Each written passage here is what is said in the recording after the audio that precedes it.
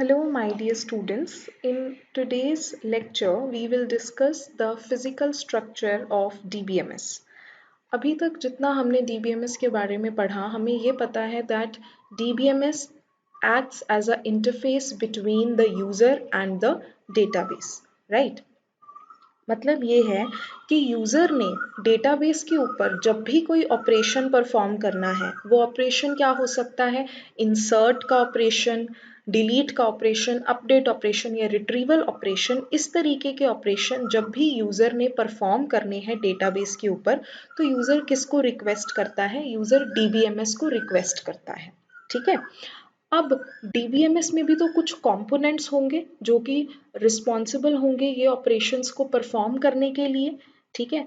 तो जो कंपोनेंट्स होते हैं DBMS के, वो ये जो रिक्वेस्टेड ऑपरेशन मतलब यूजर ने जो ऑपरेशन रिक्वेस्ट किया है, ठीक है, उनको कौन करेगा? जो DBMS के कंपोनेंट्स हैं, they will be responsible for executing those operations.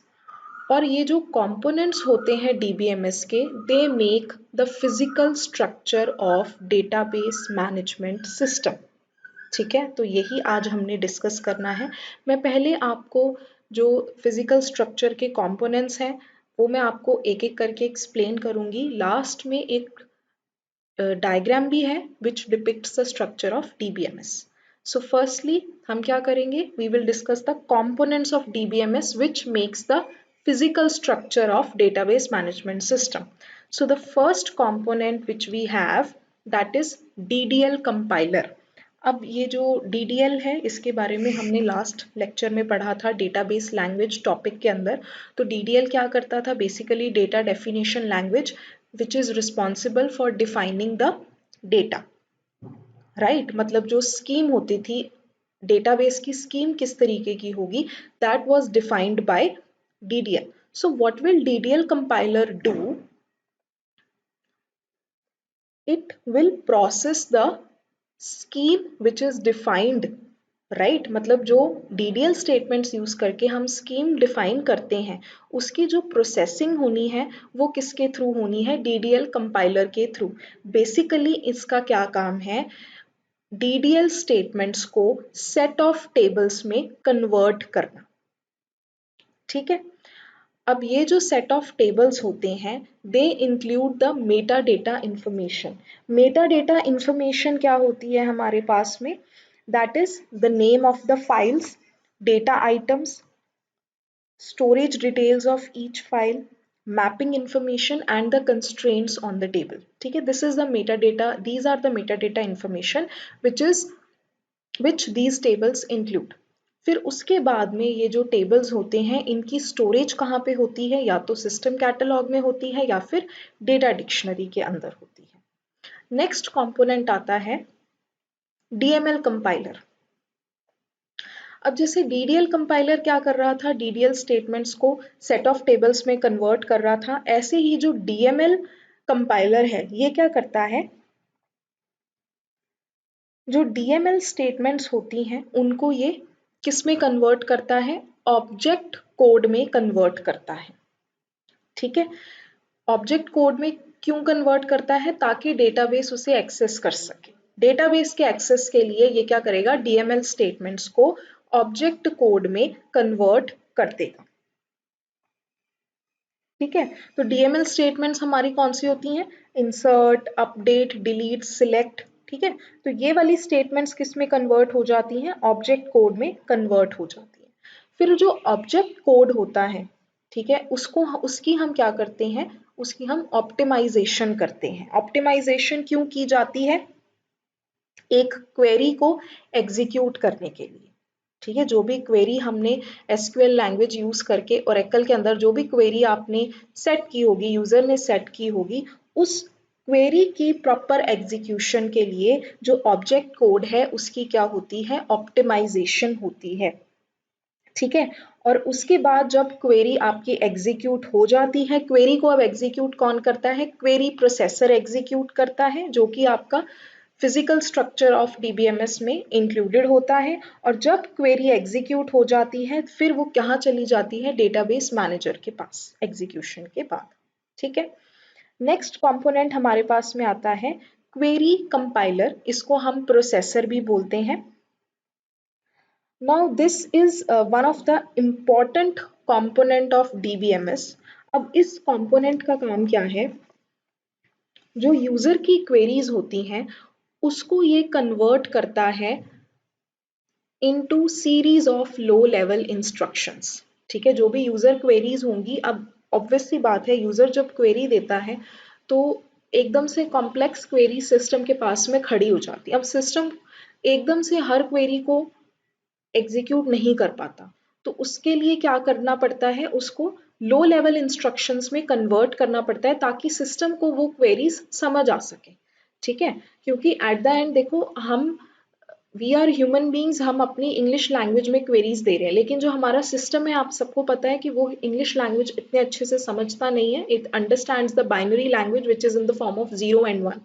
So user की क्वेरी को हमें पहले लो लेवल इंस्ट्रक्शंस में कन्वर्ट करना पड़ता है सिस्टम के लिए, ताकि सिस्टम को वो क्वेरी समझ आ जाए और अच्छे से वो क्वेरी को हैंडल करके जो यूजर है उसको एक प्रॉपर आंसर दे। राइट, तो क्वेरी कंपाइलर जो है वो इस काम में हेल्प करता है। वो यूजर की क्वेरी को series of low level instructions में कन्वर्ट कर देता है, और फिर ये कन्वर्जन के बाद जब वो क्वेरीज कन्वर्ट हो जाती हैं उसके बाद वो कहाँ पे पास की जाती हैं, डेटाबेस मैनेजर के पास उसको पास ऑन कर दिया जाता है क्वेरी की एग्जीक्यूशन के लिए।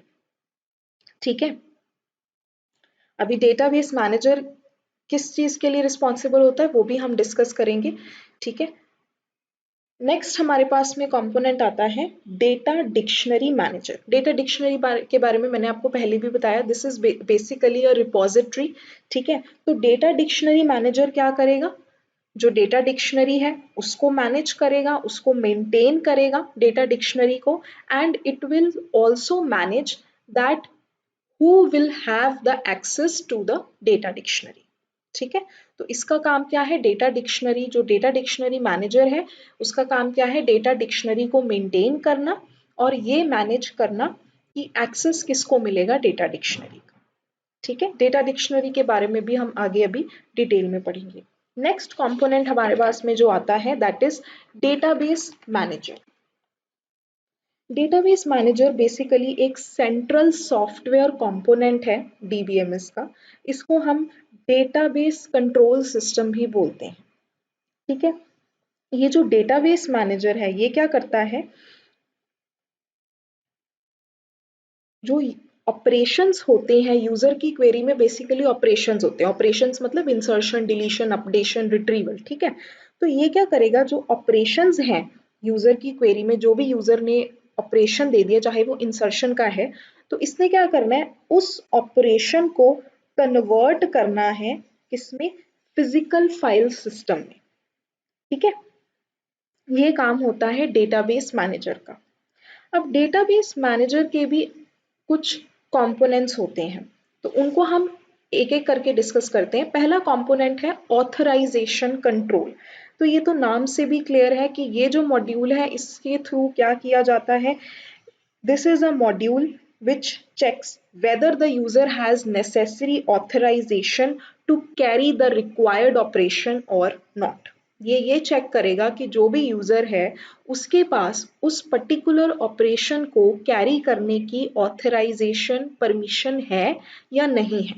अगर परमिशन होगी then it will allow the user to perform the operation and user will get the answer of that. अगर उस यूजर को पर्टिकुलर ऑपरेशन परफॉर्म करने की ऑथराइजेशन नहीं होगी तो ऑथराइजेशन कंट्रोल जो है वो यूजर को वो पर्टिकुलर ऑपरेशन परफॉर्म ही नहीं करने देगा। ठीक है, next component is command processor. Command processor नाम से क्लियर है कि ये क्या करेगा, जो भी क्वेरीज ऑथराइजेशन कंट्रोल मॉड्यूल जो है उसने जो भी क्वेरीज पास ऑन करी हैं उसकी प्रोसेसिंग करना कमांड प्रोसेसर का काम होता है। ठीक है, क्योंकि प्रोसेसर है मतलब किसी चीज की प्रोसेसिंग ही करेगा। किसकी प्रोसेसिंग करता है, जो authorization control module queries pass on करता है उनकी प्रोसेसिंग करना कमांड प्रोसेसर का काम है। नेक्स्ट आता है इंटेग्रिटी चेकर। तो ये एक सॉफ्टवेयर मॉड्यूल है जो कि क्या चेक करता है, इंटेग्रिटी कंस्ट्रेंट्स चेक करता है, ठीक है। जितने भी operations, for all the operations that changes the database, जिनसे डेटाबेस में किसी भी तरीके के चेंजेस आने वाले हैं, उनकी इंटेग्रिटी कंस्ट्रेंट्स को चेक करना किसका काम है, इंटेग्रिटी चेकर का, ठीक है। नेक्स्ट आता है हमारे पास में query optimiser. Now query optimiser एक सॉफ्टवेयर मॉड्यूल है जो कि क्या डिटरमिन करता है, एक पर्टिकुलर क्वेरी को एग्जीक्यूट करना है हमने, तो कौन सी ऑप्टिमल स्ट्रैटेजी होनी चाहिए जिसको यूज करके हम एक पर्टिकुलर क्वेरी को एग्जीक्यूट कर सकते हैं, ठीक है। नेक्स्ट आता है हमारे पास में शेड्यूलर, या इसे हम स्केड्यूलर भी बोल सकते हैं। ये क्या करेगा, अब देखो डेटाबेस में क्या होता है, there are multiple users who are accessing the database, ठीक है। अब जब मल्टीपल यूजर्स डेटाबेस को एक्सेस कर रहे होते हैं तो ऑपरेशंस जो होते हैं वो भी मल्टीपल यूजर्स करेंगे, ठीक है। मल्टीपल ऑपरेशंस भी होंगे उसमें। कोई अगर suppose there are 3 users who are accessing the database at the same time, A B and C. A user कोई operation, suppose A user insertion करवा रहा है, बी यूजर डिलीशन करवा रहा है, सी यूजर जो है वो अपडेशन कर रहा है किसी भी, मतलब तीनों जो यूजर्स हैं वो क्या कर रहे हैं, वो डिफरेंट डिफरेंट ऑपरेशंस परफॉर्म कर रहे हैं, ठीक है। अब उन ऑपरेशन को एक सिंक में लेकर आना, सिंक्रनाइज करना वो ऑपरेशंस को, वो किसका काम होता है, शेड्यूलर का काम है, ठीक है। तो basically what does the scheduler do, it synchronizes the simultaneous operations performed by concurrent users, right? So ये क्या करेगा, जब भी कोई ट्रांजैक्शन एग्जीक्यूट हो रही है, उस ट्रांजैक्शन में कौन कौन से ऑपरेशंस परफॉर्म होने हैं, मतलब किस ऑर्डर में ऑपरेशंस परफॉर्म होने हैं, एक पर्टिकुलर ट्रांजैक्शन जब कैरी आउट हो रही है तो किस ऑर्डर में ऑपरेशंस परफॉर्म होंगे, that will be managed by this scheduler, right? Last component of database manager is data manager. Now data manager is the software module that is responsible for the actual handling of data in database, ठीक है। Database में जितना भी data पड़ा है उसकी actual handling जो है, प्रॉपर से उसको हैंडल कौन करता है, डेटा मैनेजर हैंडल करता है, ठीक है। डेटा मैनेजर के फर्दर 2 कंपोनेंट्स होते हैं, recovery manager and buffer manager. Recovery manager जो है that is basically used to control the backup and recovery operations, right. तो इसका जो मेन पर्पस है वो क्या होता है, रिकवरी मैनेजर का, ये इंश्योर करना कि जो डेटाबेस है वो आपका कंसिस्टेंट स्टेट पे रहे even if any failure occurs, ठीक है। मतलब अगर कोई भी फेलियर, ऑब्वियस सी बात है जब फेलियर आ जाता है तो कभी कभी डेटाबेस जो है वो इनकंसिस्टेंट स्टेट पे चला जाता है, ठीक है। तो रिकवरी मैनेजर का काम क्या है कि अगर डेटाबेस किसी फेलियर, कोई डेटाबेस फेलियर अगर आ गया तो उस सिचुएशन में डेटाबेस की जो कंसिस्टेंसी है वो लूज नहीं होनी चाहिए, that is the main work of recovery manager. दूसरा कंपोनेंट जो है डेटा मैनेजर का that is buffer manager. Buffer manager obviously it controls the handling of buffers in main memory, right? मतलब ये क्या करता है, जब डेटा ट्रांसफर हो रहा है between main memory and secondary storage devices, इन दोनों के बीच में जब डेटा ट्रांसफर हो रहा है तो उस डेटा ट्रांसफर को हैंडल करना किसका काम होता है, बफर मैनेजर का, ठीक है। दोबारा से बताती हूँ, डेटा मैनेजर क्या है, data manager is a software module which is responsible किसके लिए, जो डेटाबेस के अंदर डेटा पड़ा है उसकी एक्चुअल हैंडलिंग करनी है डेटा मैनेजर ने। डेटा मैनेजर के फर्दर 2 कंपोनेंट्स हैं, रिकवरी मैनेजर और buffer manager. Recovery manager responsible for the backup and recovery of database, right. अगर कोई फेलियर आ गया तो डेटाबेस कंसिस्टेंट स्टेट में रहना चाहिए, वो किसका काम है, रिकवरी मैनेजर का। और बफर मैनेजर का क्या काम है, जब डेटा ट्रांसफर हो रहा है मेन मेमोरी और सेकेंडरी स्टोरेज डिवाइस के बीच में, उस डेटा को हैंडल करना वो किसका काम है, बफर मैनेजर का। ठीक है,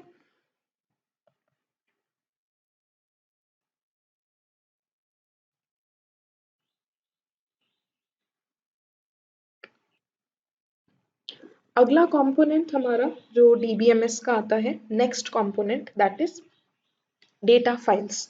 डेटा फाइल्स में क्या होता है, इनमें डेटाबेस का जो डेटा पोर्शन है, ठीक है, डेटाबेस में देखो बहुत ज्यादा डेटा होते हैं, है ना, तो डेटा फाइल्स में पोर्शन ऑफ डेटा होगा, किसी पोर्शन में कोई डेटा, जैसे अगर सपोज कि किसी कॉलेज का डेटाबेस है, तो कॉलेज के डेटाबेस में डेटा फाइल्स कैसे होंगी, एक स्टूडेंट डेटा फाइल होगी, एक एम्प्लॉय डेटा फाइल होगी उसके अंदर, ठीक है, एक उसके अंदर अकाउंट्स डिटेल जो है उसकी फाइल होगी, ठीक है, एक लाइब्रेरी डेटा फाइल होगी, इस तरीके से। ठीक है, तो डेटा फाइल में क्या होता है, डेटा पोर्शन होता है डेटाबेस का। तो डेटा पोर्शन क्या हो गया, मतलब जो स्टूडेंट डेटा फाइल है वो एक डेटा पोर्शन है, किसका, पूरे कॉलेज के डेटाबेस का। ठीक है, तो इसमें क्या है, data portion of database. Last component जो हमारा है डीबीएमएस का, दैट इज डेटा डिक्शनरी।